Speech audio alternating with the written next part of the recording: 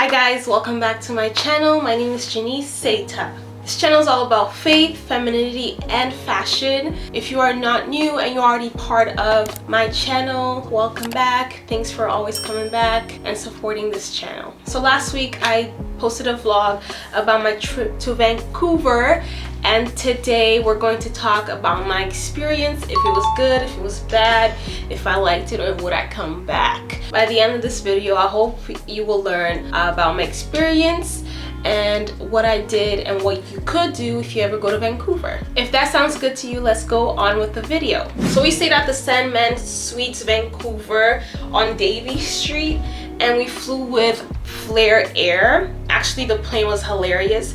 Even though it wasn't like a luxurious airline, it was more, you couldn't even recline your chair. So it was more get straight to your flight, go straight to your destination.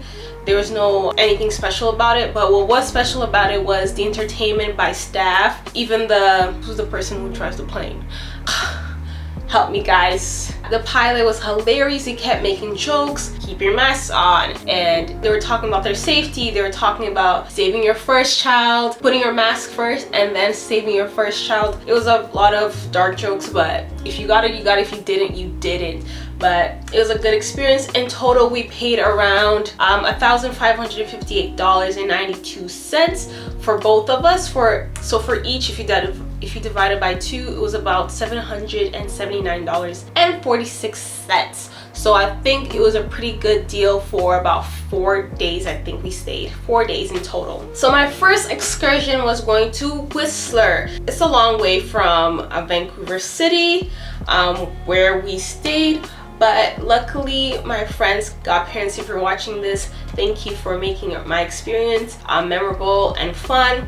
They took us to Whistler, all the way to Whistler, and mind you, it's May, but it was cold. So the higher you got, obviously the higher you go in altitude, the colder it's going to be. So you could still see snow and a lot of skiers going to ski in the middle of May. Which actually we went in the beginning of May, but still, like, I was not expecting that. I thought it would be a spring day, but no, it was cold. I want to say minus, but it was still cold where you needed layers to make sure you're warm. And I was not wearing the proper shoes. I was wearing sneakers and 2 pairs of leggings. But you know me, I don't do winter activities, so I had to like mentally prepare for going all the way to Whistler. And we didn't actually ski. We were supposed to do some trail walking, but the lift that takes us there was closed for that week that we were there. So we had to go to the other lift where people would ski. But it was nice. We saw snow. We went all the way to the mountains. We saw nature.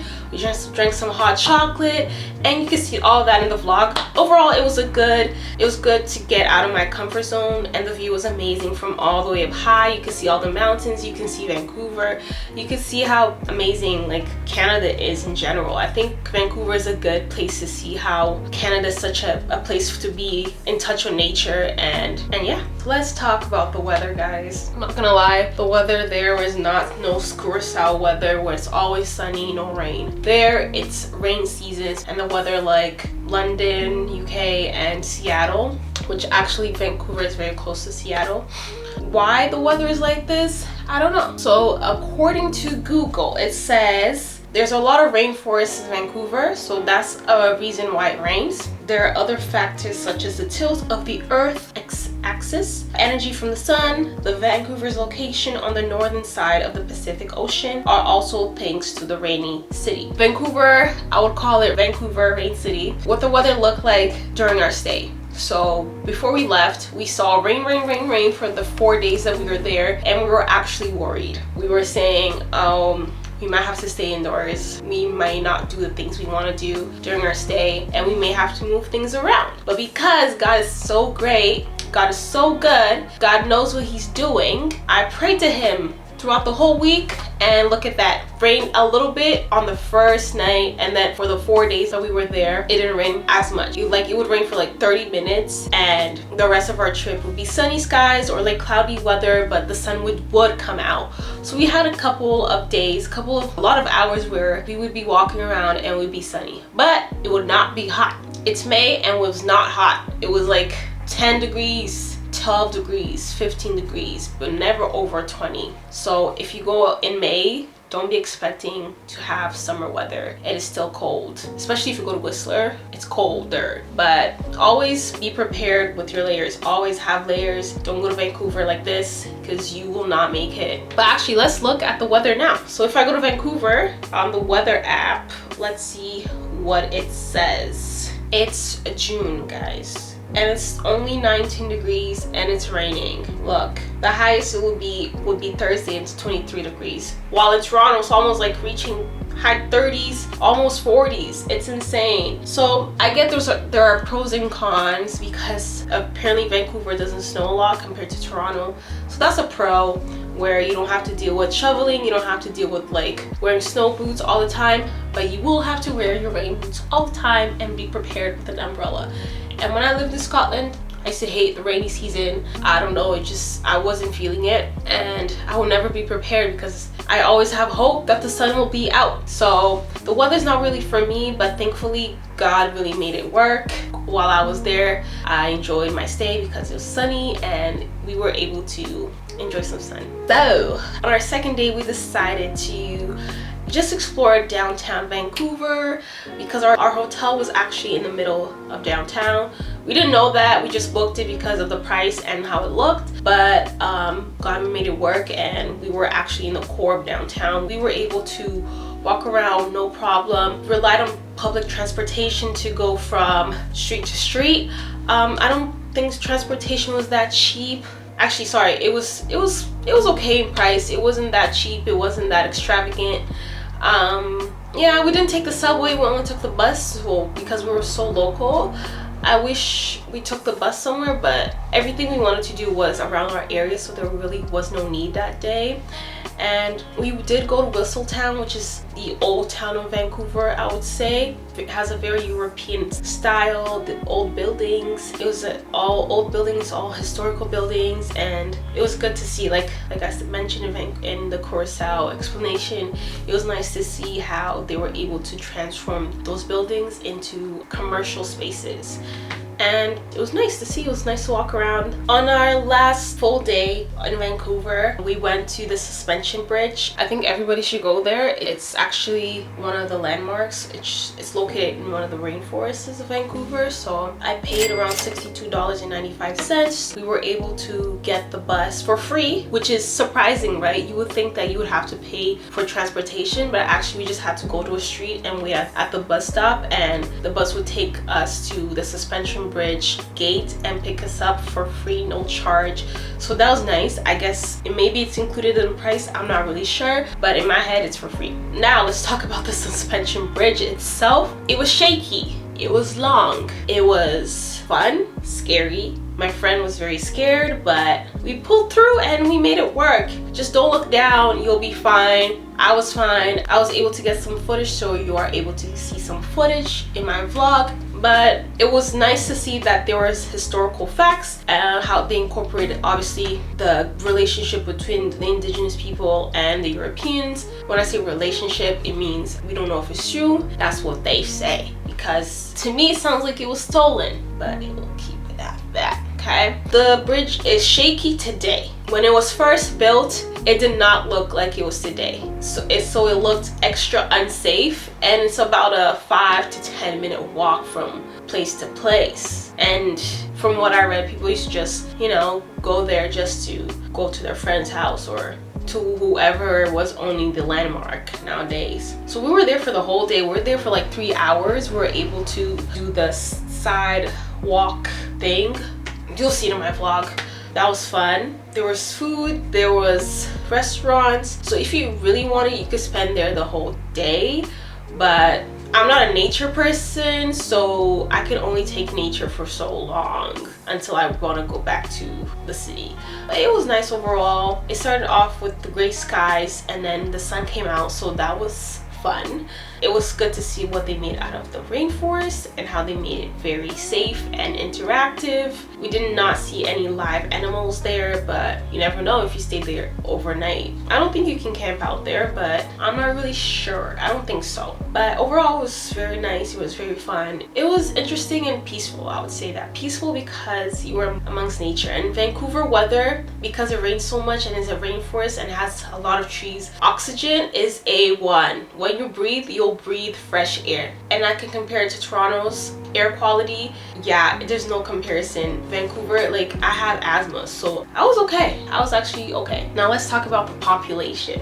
As you can see, I have melanin, and gorgeous melanin. I could say that while I was there, I counted about 20 to 30 black people, and that's just me paying attention. Maybe I didn't pay attention, but that's what I counted. And for me to count 20 to 30 people means that there's a low percentage of black people, which there is. What I noticed the most was white and Asian people, and nothing's wrong with that. It's just compared to Toronto, it needs a little bit more diversity, where if I were to live there, I don't know. Would I live there? Maybe yes, because of the weather and other things, the oxygen and air quality. But would I live there forever and raise a family there? Probably not. No. But to visit, great. But to live as me, no. But to each their own. Now guys, the food was good. The food was amazing. The food was blessed. Whoever made those meals for me, God said, I'll put these gifts onto you. Because the seafood, because it's near the Pacific Ocean, seafood is A1, where it's fresh. So wherever we went, the food quality was A1, super good. I cannot complain. I was fed and I paid for it. I didn't care. I looked at the price. I said, I came to Vancouver to eat and enjoy, so I did. I wouldn't know if you wanted to go to Vancouver on a budget, but if you want to eat well, you have to spend some coins. It's not like $50 a meal, but it's around, like, the most I spent on a meal was $40 without the dessert and drinks. I would say that. And that's just one meal. I think we ate out at least 3 times a day, and it was no Tim Hortons. It was like eat-in meals. So I don't regret it at all. I think it was worth it to see, like, just to be around and actually feel how it feels to be in Vancouver and actually be a tourist. You know, I don't like going on trips and living on a budget. It's like limiting myself. If I'm gonna go on vacation, I'm gonna go all out, especially if I saved for that vacation. That's why sometimes I like resorts, because I can eat whatever I want. But if I'm not going to a resort and I'm going to a city like Vancouver, might as well. And sometimes, especially when you have a friend, that's why sometimes it's good to go with a friend on a trip. You can split a lot of things, like dessert, drinks, food, especially if it's a big portion. You can easily share that, and we did that sometimes. We did that. So, but not all the time. Once or twice we split the meal, and not gonna lie, it was pretty good. I want to get that dessert. And what made my trip was that they had creme brulee. Randomly, like, I usually ask if they have creme brulee for desserts, and the places you would think would have creme brulee don't have creme brulee, and the places you don't think would have creme brulee actually have creme brulee. So we went to a little cafe, and oh my gosh, they have creme brulee. I was expecting, no, sorry, we don't have creme brulee, we have tiramisu. But no, they had creme brulee, and it made my day. I was so happy. You can see that in the vlog as well. So that was exceptional. I'm not gonna lie. Now to the question, would I do a solo trip to Vancouver? Even though I went with a friend, the question is, would I go again but by myself? Even though it would be easier, because if you go there once, you kind of have an idea what the environment is like. So I would not go by myself, because for me to go by myself on a trip, it would have to be a tropical place, a place where I've never been to. Vancouver, because it was within Canada, I didn't consider that as a trip worthy enough to go by myself. And because it was a city, I would want to experience that with somebody, and because we have to walk around a lot, there's not a lot of chilling around and relaxing on a beach. So I would want to experience that with somebody, which I'm glad I did. I'm sure I would have fun by myself, but I would always be thinking I would want someone here, and I'm glad Karen came with me. She made a trip amazing, and because it was just us two, it was easy to coordinate, even though it was planned for 4 of us. But you know, friend groups, things change, and that's okay. But I'm glad we went either way because it was amazing, and I would go again with her and more people, definitely. Now at this point of the video, you learned some of the things I experienced and did in Vancouver, and hopefully you can follow and also have an amazing trip if you ever decide to go to Vancouver. Like I mentioned in this video, I have a whole vlog about my Vancouver experience with Karen, so I'll put it like right here.